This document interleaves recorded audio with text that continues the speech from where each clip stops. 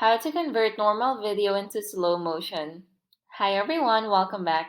This is a video tutorial on how to convert normal video into slow motion. For today's video, we will be using the VN Video Editor app. So if you don't have this just yet, go to your app store and download the app. Once downloaded, open the app and tap on the plus icon at the bottom right corner of the screen.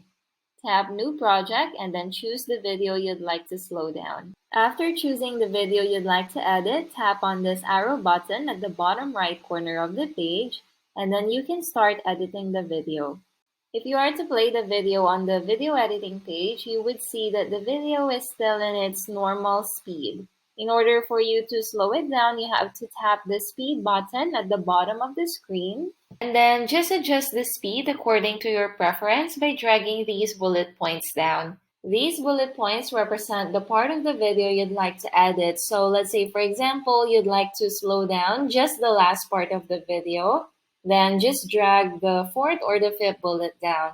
However, if you'd like to slow down the whole thing, then by all means, just drag all the bullets down. And remember that the lower you go, the slower your video will be. The app actually shows you a preview of your edit as you work on it. And if you're already satisfied, just tap on the check icon at the bottom right corner of the page. And then tap on the save icon at the top right corner. And then just tap on export and wait for the video to save. It'll only take a few seconds for the video to complete saving, but once it's done, you may now go back to your home screen, go to your photos, and then watch the results. So here's mine initially. This is the video still in its normal speed, and as I swipe to the left, this is the video that we edited using the VN Video Editor. Notice how the speed of the video changed? That's how easy it is to convert normal videos into slow motion using the VN Video Editor app.